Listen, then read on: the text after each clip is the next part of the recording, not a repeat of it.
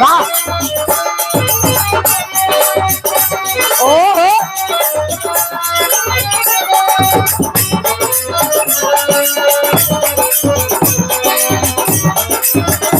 बहुत अच्छे बहादुर है वो लोग बहादुर। ए गुपुत भैया कौनो मरद का मेहरारू ए विमलेश भैया नहीं रहे आ बड़ा लुकुर झुकुर करे मेहरारू कहता कर तड़ा रूप के बड़ाई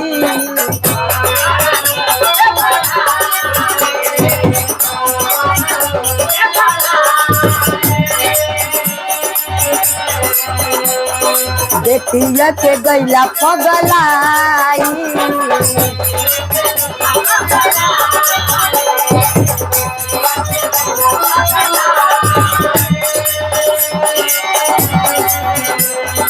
और ताड़ा रूप के बड़ाई देखिया के गैला पगलाई एहो गाल तोहार गुलाब के पंखुड़ी बुझाए एहो गाल तोहार गुलाब के पंखुड़ी बुझाए उड़ी बुड़ी जाए हो उड़ी बुड़ी जाए दिलवा ही दिलवा पे उड़ी बुड़ी जाए उड़ी बुड़ी जाए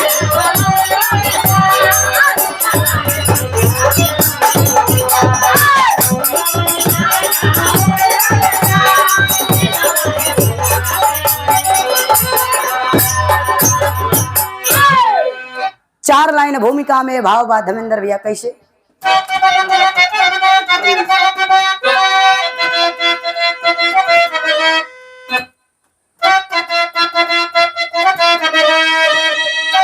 अब नहीं है कठिन देव दर्शन सुने हर जगह हर के अवतार मिल जाएंगे जोगी जंग साधना की जरूरत नहीं सुन लो सत्संग सभी पाप धुल जाएंगे आसनासा को पीछे था छोड़े कभी बढ़कर इसरो के आगे है बाबा उन्हीं की महिमा को लिखते सिया राम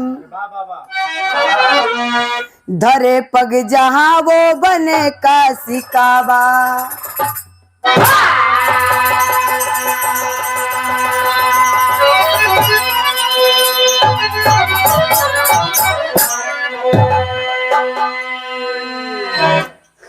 एक लाइन गजल का नमूना कवि जी बड़ा सुंदर लिखा ताड़न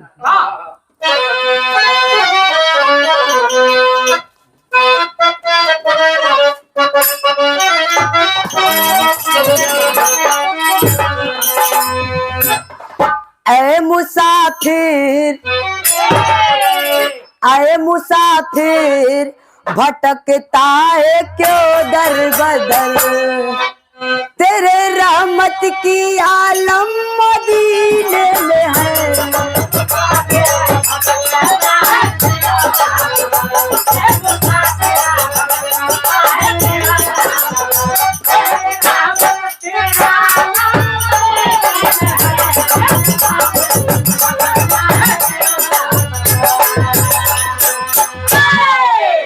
लेकिन भाव के लाइन में बड़ा सुंदर लिखल गेल का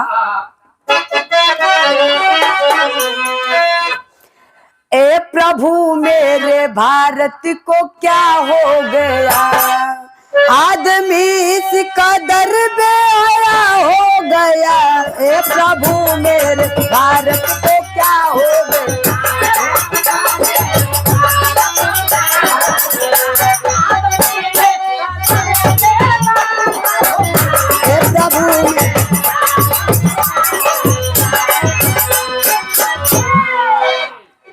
नजम के लाइन में लिखल गई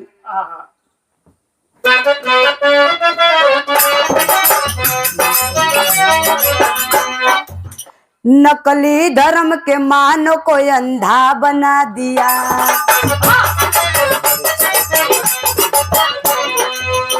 हर देश हर क्षेत्र में प्रवेश कर अंधा बना दिया।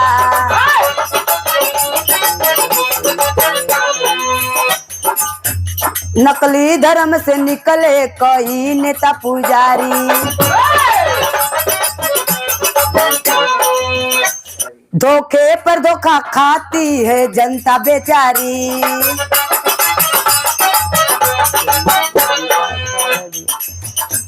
जनता का भी है दोष अंधभक्ति के लिए।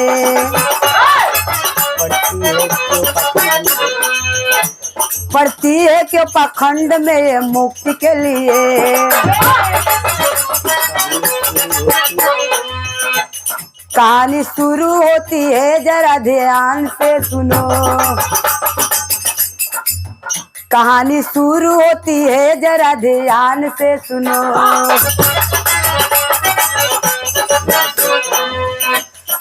लसों का लगा ढेर जो सम्मान से सुनो।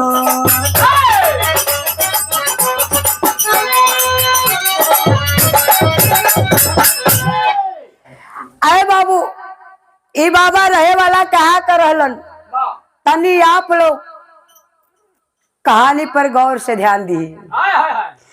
कांसगंज नगर के रहे वाला सूरजपाल बचपन बीता पढ़ाई लिखाई में। पिताजी के साथ खेती में भी हाथ बटाते थे। समय बदल गया बाबू, सूरजपाल के पुलिस में नौकरी लग गई। जब नौकरी लगल बा तब भइल का, आगे कवि जी गीत लिखत अड़न।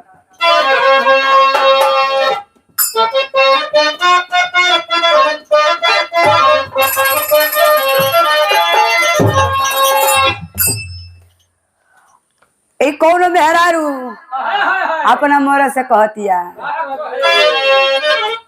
अरे रतिया होले गरमिया ना डोले पवना।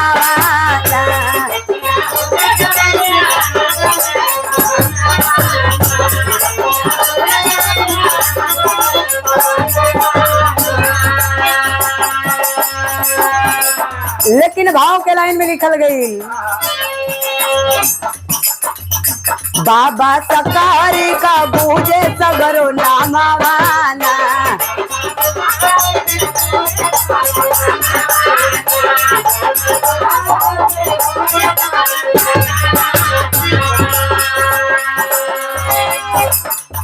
सूरजपाल था असली नाम,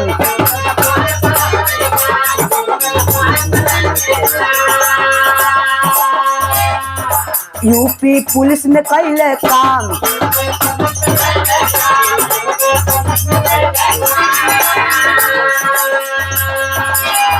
तो छोड़ के नौकरी भइले सत्संगी जवाना वाना।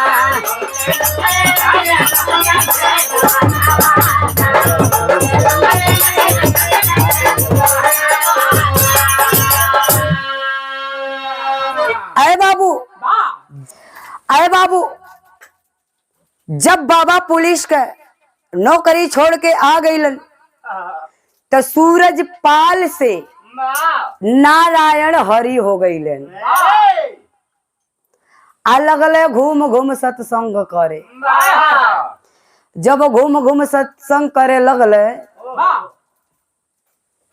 ए भक्त लोग जाके बाबा का सत्संग सुने लगलन।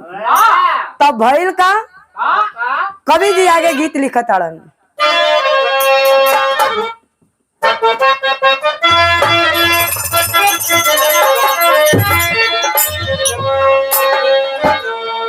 और तर नरियरवा कबारी, और तर नरियरवा कबारी, ऊपर श्याम गेदा लगादा।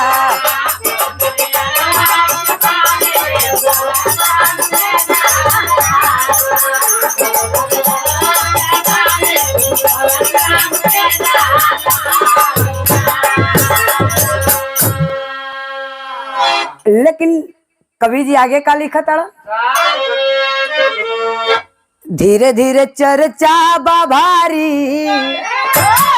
अरे धीरे धीरे चर्चा बाभारी, पुजारी वो नामी हो गईले।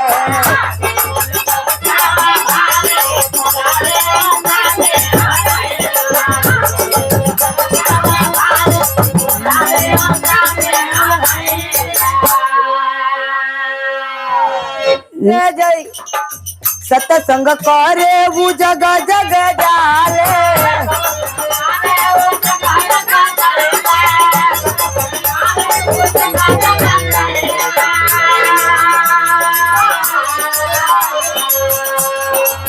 अरे जुटे लगे नर और नारी,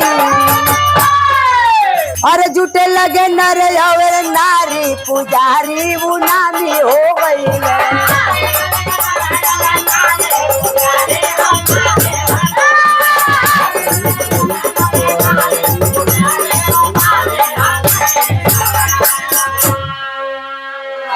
वही कड़ी में ही हाथरस की बतिया, वही में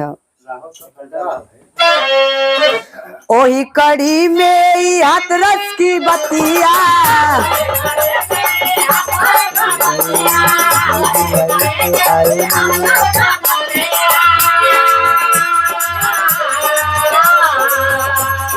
ई आफत आइल कब? 2 जुलाई के आइल आफतिया।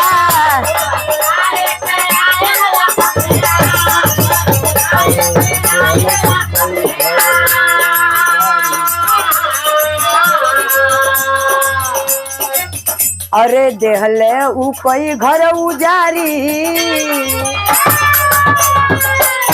अरे देहले ऊ कोई घर उजारी, ऊ बाबा ऊ नामी काल।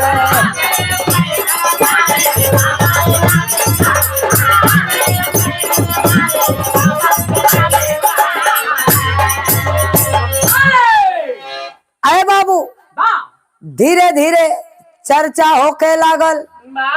नारायण शाकाहारी बाबा के नाम से बाबू भीड़ जुटे लागल।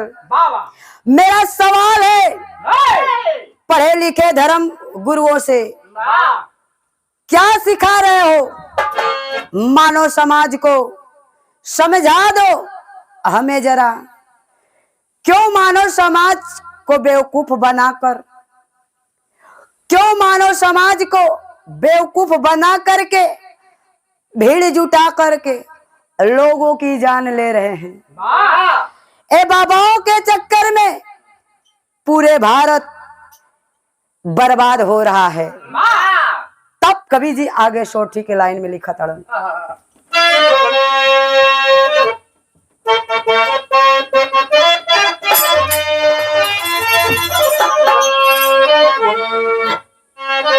एक जुलाई मंगल वर वाला दीनावा हो, वर वाला दीनावा हो, भैला ही मंगल बरियार जी। सत्संग पूरा कैले बाबा जी चल गईले, सत्संग पूरा करके बाबा जी चलल हो, बाबा जी चलल हो, गाड़ी पर होई के सवार जी। लेवे पग धूली जूटी, लेवे पग धूली जूटी, जूटी जूटी भक्त पुली, जूटी जूटी भक्त पुली, एही में मचल कार जी। कोई न पावे रोके, चल गईला एक पर एक, चल गईला एक पर एक, सब ही भइला बाला चार जी। आए बाबू, जब बाबा सत्संग पूरा करके चललन तब बाबा लास्ट लाइन में अपने भक्तों को बता दिए कि जो हमारे पैर का धूल माथ पर तिलक लगा लेगा उसका सब दुख दलिद्र मनोकामना पूर्ण हो जाएगा, दुख दलिद्र से छुटकारा मिल जाएगा। आई बबुआ का नौकरी नहीं खे लगत तो ई बबुआ के माथ पर ही तिलक लग जाई तो ए बेटवा का नौकरी लग जाई। बाहरे बाबा लोग, ए मेरे भारत के पढ़े लिखे समाज के लोग कितने बेवकूफ हो भाई। भेड़ियों के तरह दौड़ पड़े उस ढोंगी बाबा के पैर का धूल लेने के लिए। अरे बाबू, उसमें सैकड़ों लोगों की जान चली गई। हस्ती होती तो जनता के पास नहीं आता, लेकिन मेरा जनता ही बेवकूफ है। कवि जी के आगे लिखे के पड़ल का तेरी में कहना है।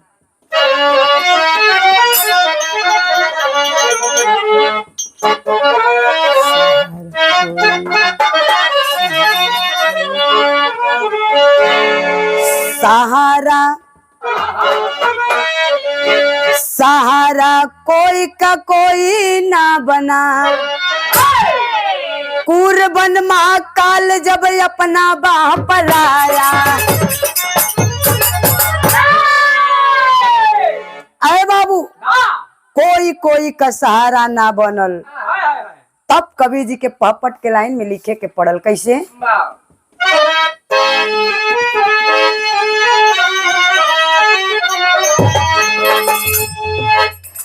अरे चारों ओर कूदन चीख सुनाई मातम छाया हो। अरे चारों ओर कूदन, अरे चारों ओर कूदन चीख सुनाला मातम छाया हो।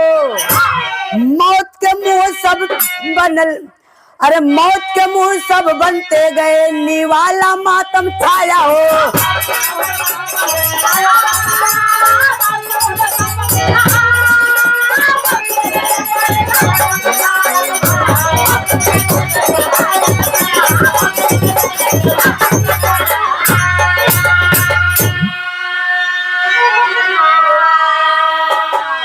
अरे भैया, 120 लोगों की जान चली गई और सैकड़ों लोग का पता ही नहीं बा।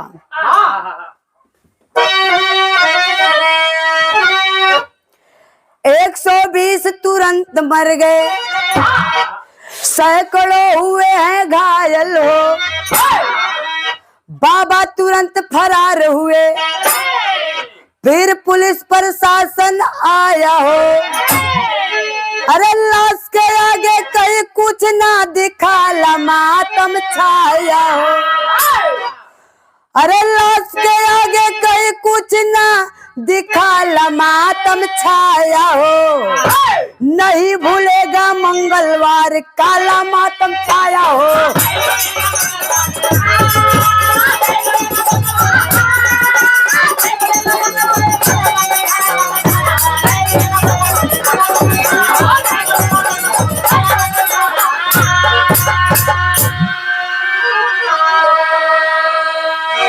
अरे बाबू, 120 लोगों की जान तुरंत चली गई और सैकड़ों लोग घायल हुए हैं।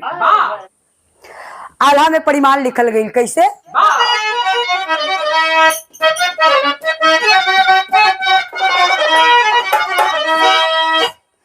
अंधविश्वास यहाँ जब ले रही हैं भैया,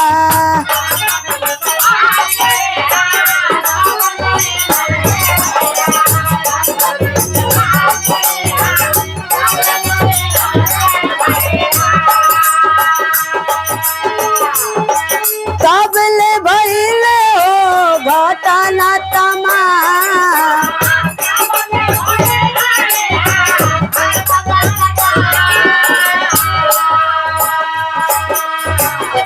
राम रहीम या हो आसाराम नारायण भैया,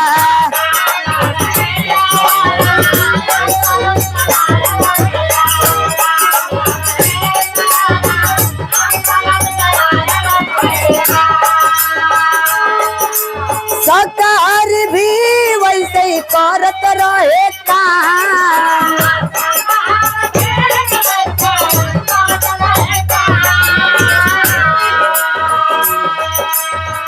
माई बाबू का सेवा कर नहीं कोई बाबू।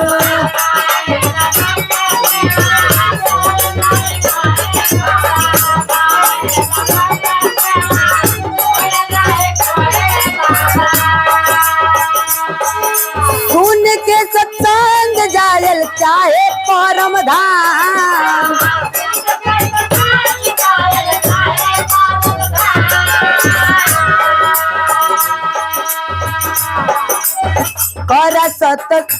कर संग करम पढ़ा लिखा खूब मन से बाबू।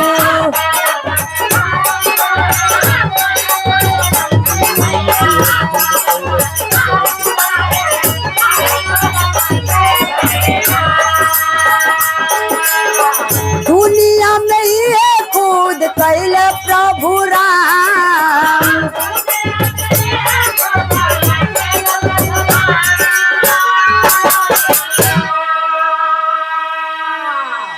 मैं कहती हूँ अगर आप लोग अपने माता पिता का पूजा पाठ करते हैं तो खुद दुनिया की जन्नत उन लोग के चरणों में है। बाबाओं के चक्कर में अपन लाइफ क्यों बर्बाद कर दिए? बाबा लोग ढोंगी होते हैं। अगर असली बाबा होते तो 120 लोगों की जान नहीं गई होती, तुरंत सबको जिंदा कर दिए होते। लेकिन ये अंधविश्वास है बाबू। इन लोगों के ऊपर आप लोग से हाथ जोड़ के निवेदन बा कि अपन विश्वास मत जमाई। अगर आप लोग के पूजा पाठ करे के बा ते आपके घर में ही देवी देवता बाटे। आप लोग पहले अपने माता और पिता का पूजा कीजिए बाबू। आगे लिखल गई का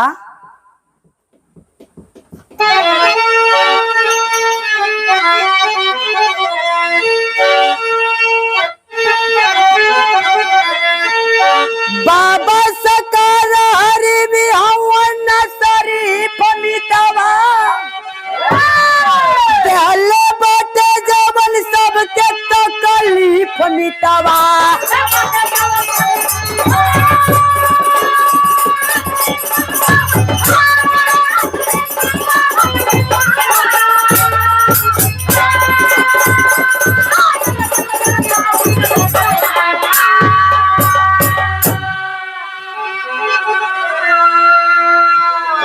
होत बाटे जाच खुला ताड़े काला चिट्ठा जादे तर नकली बाबा बन के घूमे झूठा।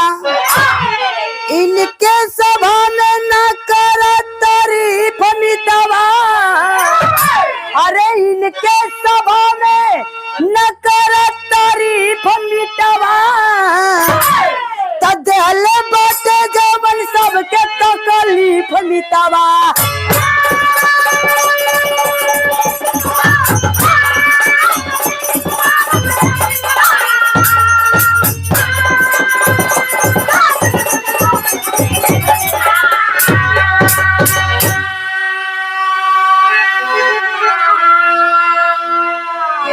अरे बाबू, बाबा के पांव के धूल में इतनी शक्ति है। बारे मेरे जनता, बारे हमारे भारत के मानव समाज के लोग, आखिरी लाइन में कहना बाका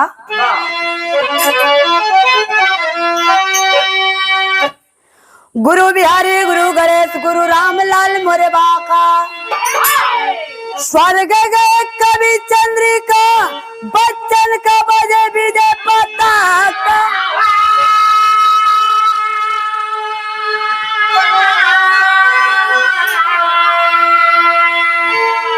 अरे सहारा कोई का कोई ना मिला। अरे सहारा कोई का कोई ना मिला।